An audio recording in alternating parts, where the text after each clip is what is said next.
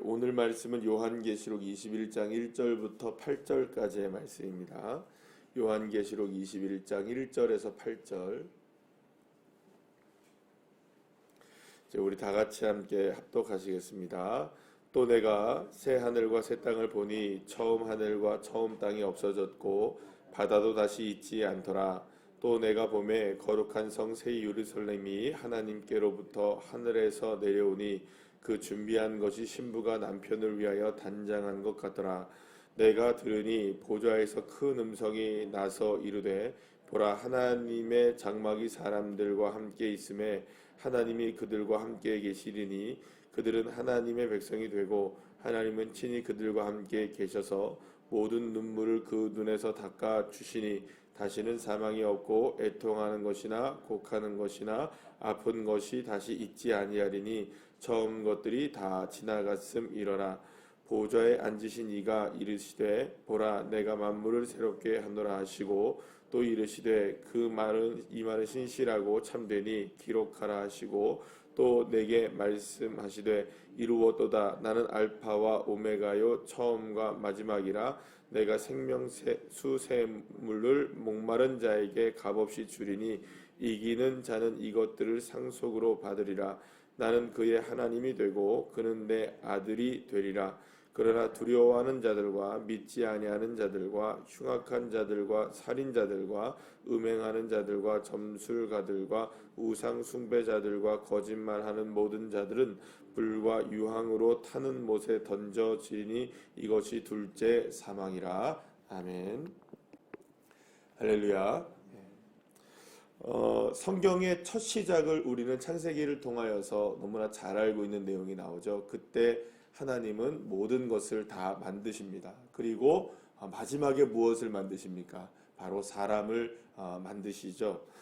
그래서 이제 하나님께서 만드신 이 에덴, 그리고 마지막 순간에 그 에덴의 중심에 바로 인간인 아담과 하와를 주님께서 만들게 되셨습니다.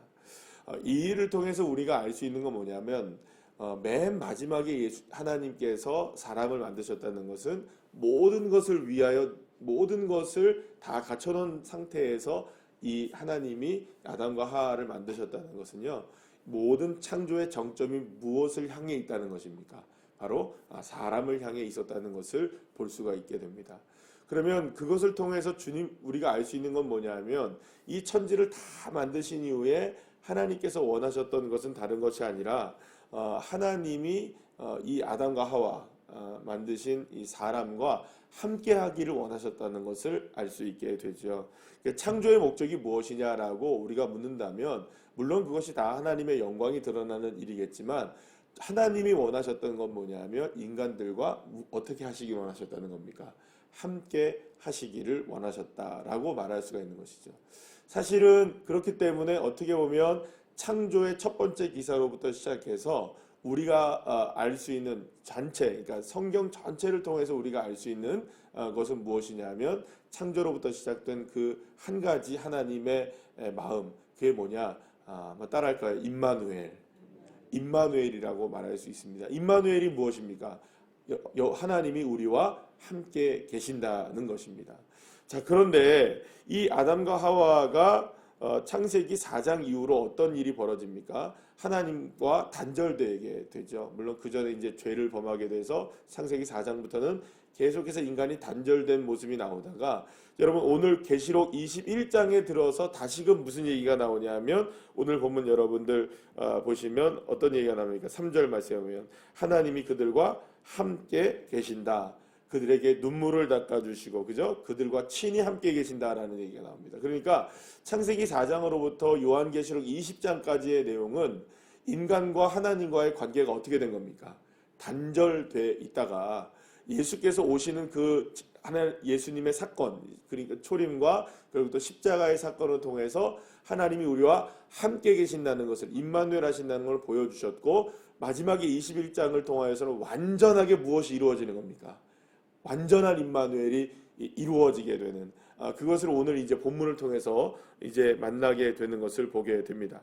그러니까 결국에는 창세기 1장의 회복이 어디로 이제 이루어지게 되는 겁니까? 요한계시록 21장의 회복으로 드러나게 된다는 것을 볼 수 있게 된다는 것입니다. 그렇기 때문에 사실은 굉장히 먼 길을 돌아오게 되죠. 상당히 먼 길을 돌아서 결국에는 주님이 원하시는 게 무엇이냐, 이거를 우리가 딱 알 수 있어요. 그것이 바로 임마누엘이라고 말할 수 있는 것입니다. 그러니까 성경의 전체 주제를 네 글자로 줄여라 그러면 뭐라고 말할 수가 있는 겁니까? 임마누엘이라고 말할 수 있습니다. 우리가 이제 다음 주면은 다음 주 수요일이 이제 우리가 이제 성탄절이잖아요. 성탄절의 가장 큰 의미는 무엇일까요? 그것이 바로 임마누엘입니다. 우리와 함께 계신 하나님. 그것이 바로 이루어진 날이 무엇이냐?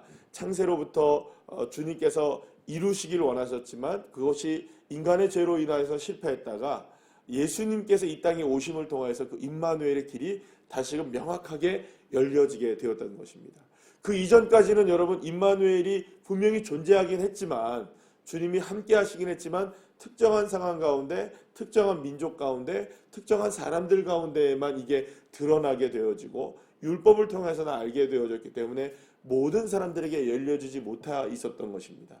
그러나 예수님이 오심을 통하여서 모든 인류에게 모든 사람들에게 값없이 주어지는 하나님의 은혜가 우리에게 열려지게 된 것이고 그리고 궁극적으로 모든 것들이 이루어지는 날이 오게 될 것이라는 것이 바로 오늘 요한계시록 21장 말씀을 통해서 우리가 발견되게 되는 것입니다. 그래서 하나님이 함께 하시는 이 임마누엘이 이제는 어떻게 드러나게 되느냐? 거룩한 성 새 예루살렘이 하늘로부터 어디로 임하게 되는 겁니까? 이 땅 가운데 임하게 되는 모습으로 드러나게 되는 것을 보게 됩니다. 자, 그런데 저 오늘 본문 말씀을 보시면 이런 얘기가 나와요. 다시는 하늘과 땅과 하늘과 땅이 이제 없어지게 되고 또 특별히 여기에 무엇이 없어지게 되냐면 바다가 다시 있지 않더라라고 오늘 여러분 1절 말씀에 보는 게 나와요. 바다가 다시 있지 않더라. 여러분 바다가 다시 있지 않더라라는 말은 어떤 의미를 가지고 있을까요? 바닷물이 다 없어진다 이 말을 의미하는 것이 아니라 여러분 그 큰 용들과 큰 음녀와 큰 짐승들이 다 어디에서 올라왔습니까? 바다에서 올라왔던 것을 우리가 여태까지 계시록을 통해서 보게 되었죠. 그러면 다시는 바다가 있지 않더라라는 말은 어떤 의미를 갖고 있는 걸까요? 더 이상 악한 존재들이 살아날 수가 없다. 악한 존재들은 더 이상 자취가 사라지게 될 것이다. 누가 다 이제 제압을 하신 겁니까? 예수 그리스도의 어린 양이 다 이제 그것을 잠재우시고 하나님의 권세가 이제 더 이상 악을 드러낼 수 없게 하시는 완전한 승리가 이제 이루어지게 된다는 것을 말씀하고 있는 것이라 볼 수 있습니다. 그렇기 때문에 더 이상 여러분 보세요. 악한 것을 통하여서 일어났던 모든 일들도 다 사라지게 되는 겁니다. 그래서 오늘 본문에 여러분들 보시게 되면 4절 말씀에 보면 모든 눈물을 이제 다 닦아주시게 되고요. 사망도 없고 애통하는 것이나 곡하는 것이나 아픈 것이 다 이제 있지 않게 될 것이다. 그러니까 이 모든 것들은 다 무엇을 통해서 우리가 겪게 된 것이라고 말하는 겁니까?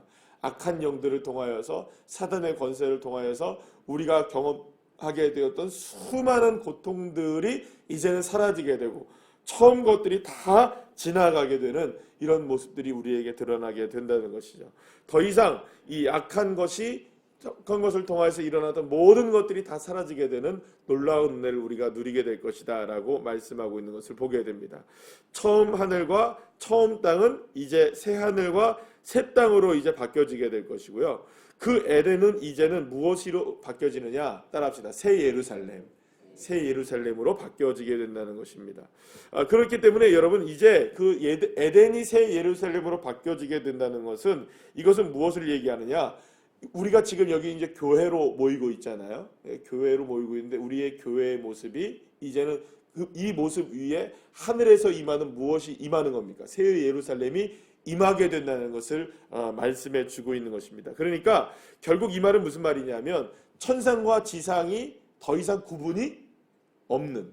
그러니까 지금까지는 여러분 우리는 이렇게 얘기합니다. 하나님의 나라를 동경하고 살고 하늘을 동경하고 살고 천상의 하나님의 완전한 나라를 동경하고 사는데 지금 이 땅에 우리가 살고 있는 우리들이 더 이상은 그런 것들이 아니라 천상과 지상의 구분이 이제는 없어지게 되고 모든 것들이 다 무엇이 되는 겁니까? 하나님 나라로 완성되어지게 되는 것을 말씀해 주고 있는 것이죠.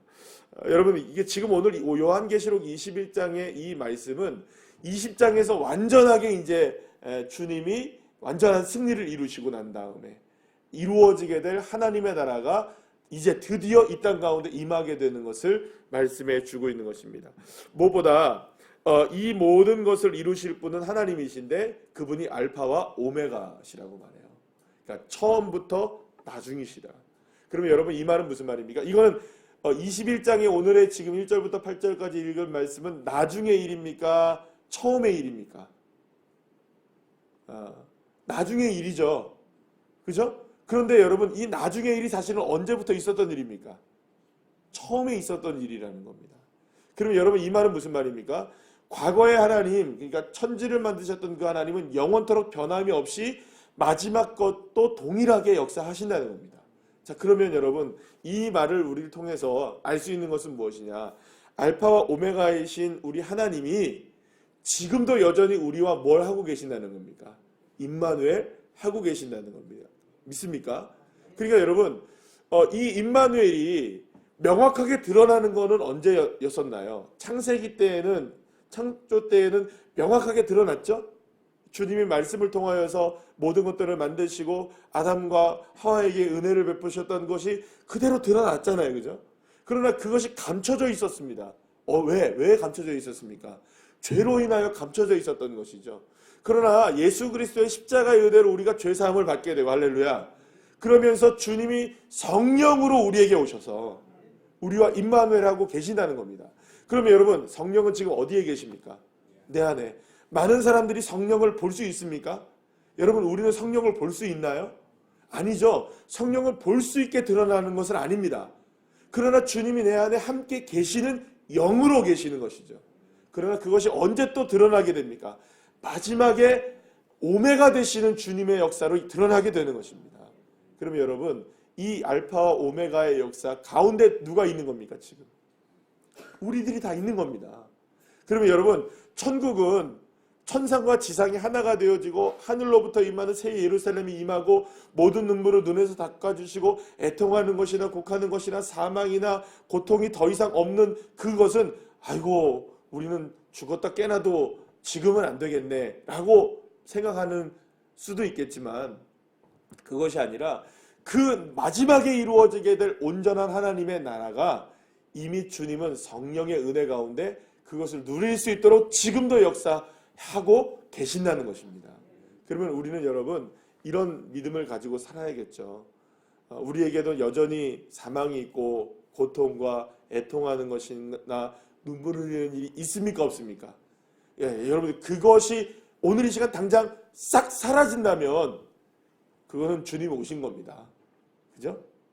예, 그것이 우리의 삶 속에서 눈물이 싹 사라지고 고통도 없고 더 이상 여러분들 고통도 없다는 것을 어떻게 표현해야 될까요? 예를 들어서 바늘누누가 뚝 찌르는데 하나도 안 아파 이런 삶 예를 들어서 그런 거라면 여러분 우리가 지금 딱 주님을 만난 겁니다. 그냥 더 이상 그렇게 이 땅에 살아가는 우리가 살아가는 삶 속에서 그런 것들을 누린다면은 그건 이제 주님을 만나게 된 거죠. 그러나 우리가 지금 주님을 만나는 있으나 완성된 건 아니잖아요. 그러니까 주님이 완전하게 우리에게 임하신 건 아니잖아요. 이 말은 무슨 말이냐? 종말이 임한 거는 재림이 임하신 건 아니라는 말입니다. 그러니까 우리가 그러나 지금도 여전히 누구를 누리며 살아야 되는 겁니까? 예, 그 주님의 재림하신 예수님을 누리고 사는 겁니다. 왜냐하면 구름 타고 다시 오신 주님은 아직 남아 계시지만 그 주님이 미리 먼저 무엇을 보내주신 겁니까? 우리에게 성령님을 보내주셔서 그 주님이 우리와 함께 계신다는 것을 이미 우리와 함께 계신다는 걸 말씀해 주고 계시는 거예요. 이게 비유가 맞는지 모르겠지만 예를 들어서 여러분 이렇게 얘기하시는 겁니다. 친구가 오늘 우리 집에 찾아오기로 했습니다. 오늘 낮 12시 정오쯤에 우리 집에 찾아오기로 했어요. 어제부터 약속을 하고 오늘 아침에도 다시 확인했습니다. 그러면 여러분 이미 우리는 무엇을 하고 있는 겁니까? 친구가 우리 집에 오는 것을 준비를 합니까? 안 합니까? 아니 12시에 온다고 했는데 12시에 눈 비비고 일어나서 오면 오고 말만 말고 이러면 안 되잖아요. 정말 오래간만에 만나는 친구라고 한다면, 예를 들어서 여러분들이 한 30년 만에 만나는 친구다.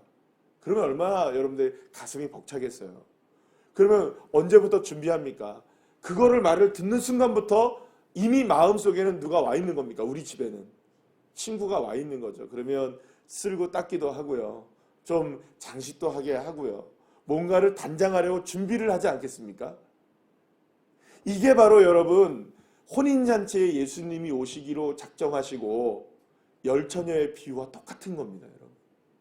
이미 여러분 결혼식은 진행되기로 약속되어 있고 조금은 늦어지는 것 같지만 반드시 누가 오십니까? 신랑은 오시고요. 등불은 준비를 해야 하고요. 믿습니까? 이미 등불을 준비하는 사람들은 누가 오는 것을 생각하고 있는 겁니까? 신랑이 오는 것을 맞이하는 것이죠. 그러니까 이미 우리에게는 여러분 주님이 함께 계시는 겁니다. 아직은 오시지 않았지만 온다고 약속하셨으니 마음속엔 이미 와 계시는 겁니다. 그 영이 누구이십니까? 성령님이신 겁니다. 그러면 우리는 아직은 이루어지지 않은 하나님의 나라이지만 주님이 함께 동행하고 살기에 지금도 우리는 무엇을 누리고 살아야 됩니까, 여러분? 임마누엘을 누리고 사는 것이죠. 만약에 여러분 우리가 임마누엘을 누리지 못한다면 여러분 이거 같은 비극이 어디 있습니까?